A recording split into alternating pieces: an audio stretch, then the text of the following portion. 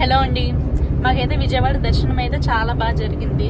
So ఇప్పుడైతే మేము అమరేశ్వర స్వామి టెంపుల్కి అయితే వెళ్తున్నాము. పంచారామాలు అయితే వెళ్దామని అనుకుంటున్నాము. సో ఫస్ట్ ఆఫ్ ఆల్ మాకు విజయవాడ దగ్గరలో ఉన్నది గుంటూరు కాబట్టి అమరావతిలోని అమరారామం ఉంది కాబట్టి ఫస్ట్ మేము అక్కడికి అయితే వెళ్దామని అనుకుంటున్నాము. So stay tuned guys, by by. So Amaravati అనేది వన్ ఆఫ్ అవర్ క్యాపిటల్ కాబట్టి ఎలా ఉంటుందో మనం కూడా చూద్దాము ఒకసారి అని అనుకున్నాను.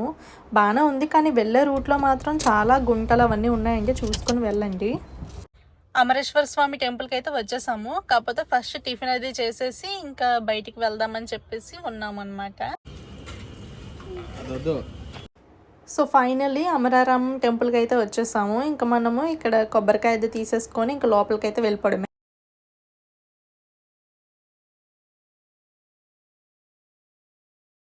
సో మేము పంచారామాలు దర్శించుకున్న రోజైతే సోమవారం అనమాట. సోమవారం అంటే ఇంకా మనకు తెలిసిందే కదండి, శివయ్యకి చాలా ప్రత్యేకమైన రోజు కదా. ఆ రోజైతే అసలు ఖాళీయే ఉండదు, శివాలయాలు ఎక్కడున్నా సరే. అందులోని పంచారామ క్షేత్రాలు కూడా ఖాళీ ఉండదేమో అనుకొని డౌట్తోనే వెళ్ళాము, కానీ పర్వాలేదు, మాదిరిగా ఉన్నారు. ఇక ఇక్కడ టెంపుల్లోకి అయితే ఎంటర్ అయిపోయాము. చాలా ప్లెజెంట్గా, చాలా నీట్గా, చాలాసేపు ఉండిపోవాలనిపించింది. ఇంక మాకైతే బయటికి కూడా రావాలనిపించలేదు, చాలా బాగుంది. విజయవాడ దర్శనం అయ్యాక అనుకోకుండా పంచారామాలు వెళ్దాము అని చెప్పేసి మా హస్బెండ్ అన్నారు. నేను కూడా ఓకే చెప్పేశాను, ఇంకా మళ్ళీ రాదు కదా ఇలాంటి అవకాశం అని చెప్పి. ఇక్కడైతే అమరేశ్వర స్వామి దేవాలయం కోసం స్థల పురాణం అయితే ఉందన్నమాట. లైన్లో ఎవ్వరూ లేరు, చాలా ఖాళీగా ఉంది. సో మాకు దర్శనం అయితే ఒక 15 minutesలో అయిపోయింది. ఎందుకంటే అంత రష్ అయితే లేదు, అంటే ప్రత్యేకమైన రోజులు కాదు కదా, నార్మల్గానే వెళ్ళిపోయాము.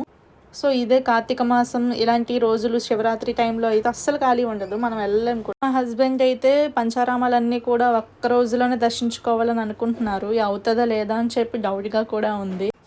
సో ఫైనల్గా మాకు దర్శనం అయితే చాలా అంటే చాలా బాగా జరిగింది. పంచారామాల్లో ఫస్ట్ క్షేత్రం అయితే మాకు కంప్లీట్ అయిపోయింది. ఇక్కడ మా బొడ్డాడు చూసారా ఎలా ఆడుతున్నాడు. ఇక వాడికైతే నామాలు అవి పెట్టేశాను, ఇంకా బయటకు అయితే వెళ్ళిపోతున్నాం అన్నమాట. టెంపుల్ అయితే చాలా బాగుంది. సో పంచారామాల్లోని ఫస్ట్ది అమరావతిలో ఉన్న అమరలింగేశ్వర స్వామి టెంపుల్ అయితే సక్సెస్ఫుల్గా కంప్లీట్ చేసుకున్నాం.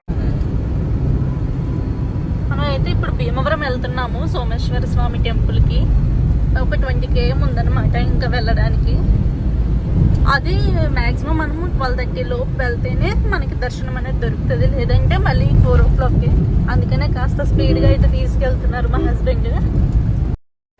మేము భీమవరం అయితే ఎంటర్ అయిపోయాము. మేము వెళ్ళేసరికి కరెక్ట్గా 12-20 minutes అయితే అయింది. ఇంకా మాకు దర్శనం అయితే చాలా బాగా జరిగింది కరెక్ట్ టైంకి.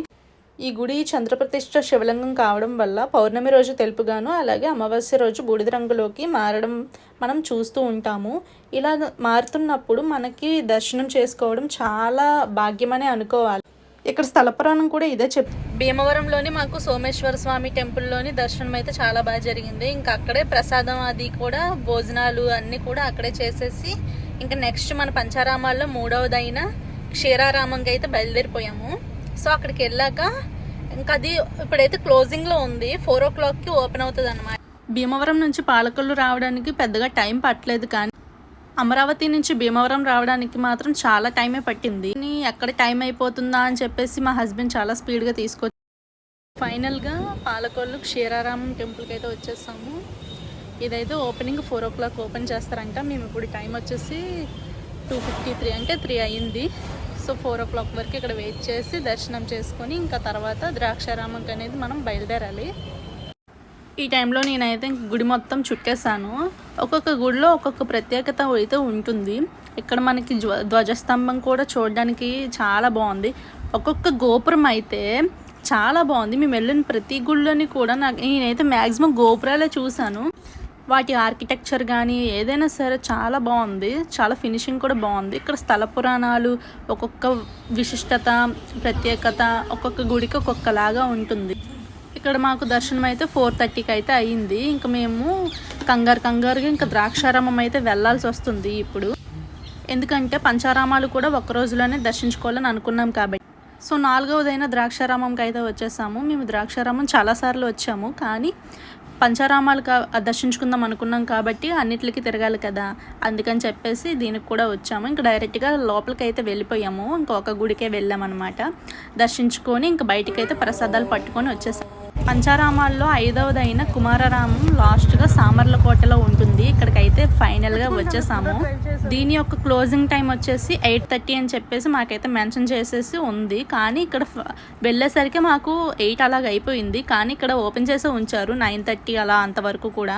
ఈ టెంపుల్ కూడా సేమ్ చూడడానికి ద్రాక్షారామం లాగానే ఉంది. కోనేరు కూడా చూడడానికి సేమ్ అలాగే ఉంది. ద్రాక్షారామంలో కూడా సేమ్ ఇలాగనే ఉంటుంది. టైం చూసుకొని ఒక 2-3 డేస్ స్పెండ్ చేసుకొని చూడాలని అనుకుంటే చాలా బాగా చూడొచ్చు అన్నీ కూడా. సో కంగారు లేకుండా ఇంకొకసారి మళ్ళీ రావాలని అయితే కోరుకుంటున్నాను. మనకి ద్రాక్షారామంలోని 2nd ఫ్లోర్లో ఉంటుంది కదండి శివయ్య దర్శనం అయితే ఇస్తారు కదా. సో ఇక్కడ కూడా సేమ్ అలాగే ఉంటుందంట. ఇప్పుడైతే మేము అక్కడికే వెళ్తున్నాము, ఇంకా పైకి ఎక్కుతున్నాము. సో ఇక్కడికి 2nd ఫ్లోర్ అండి ఇది. లోపలికి వెళ్ళి ఇంకా దర్శనం చేసుకుని అయితే వచ్చేసాము. ఇక్కడ నేను మెయిన్గా గమనించింది ఏంటంటే ప్రతి ఒక్కరు కూడా మెడిటేషన్ చేస్తున్నారు. అక్కడ ప్లేస్ దొరికితే అక్కడ అలా కూర్చొని మెడిటేషన్ అయితే చేస్తున్నారు. ఆ రోజు ఈవెన్ 9:30 అయిపోయింది, అయినా సరే చాలామంది జనాలు వచ్చి అక్కడ మెడిటేషన్ చేసుకొని చాలాసేపు అయితే మాకు దర్శనం అయితే చాలా బాగా జరిగింది. ఇంకా పంచారామాలు అయితే ముగించేసుకున్నట్టే. లాస్ట్లో ఇక్కడ డిన్నర్ అయితే చేసి ఇంటికైతే వెళ్ళిపోయాం. Bye bye.